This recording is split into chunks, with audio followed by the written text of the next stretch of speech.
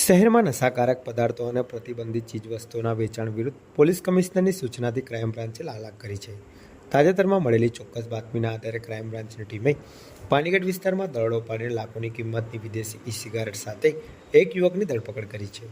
ઝડપાયેલ આરોપી ફૈઝલ સલીમભાઈ શેખ પોતાની બલેનો કારમાં પ્રતિબંધિત ઈ સિગારેટનો જથ્થો રાખી છૂટક વેચાણ કરતો હતો. પોલીસ તપાસમાં બહાર આવ્યું છે કે તે ઇન્સ્ટાગ્રામ આઈડી મારફતે પણ આ ગેરકાયદેસર વેપારનો નેટવર્ક ચલાવતો હતો.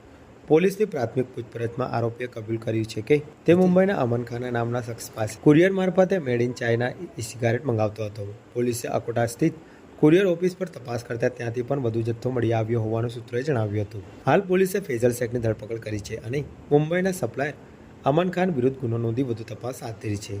આ કેસની આગળની કાર્યવાહી સિટી પોલીસ સ્ટેશનને સોંપવામાં આવી છે. શહેરમાં પ્રતિબંધિત ઈ સિગારેટના વધતા વપરાશને લઈને પોલીસે વધુ કડક દેખરેખ શરૂ કરી છે.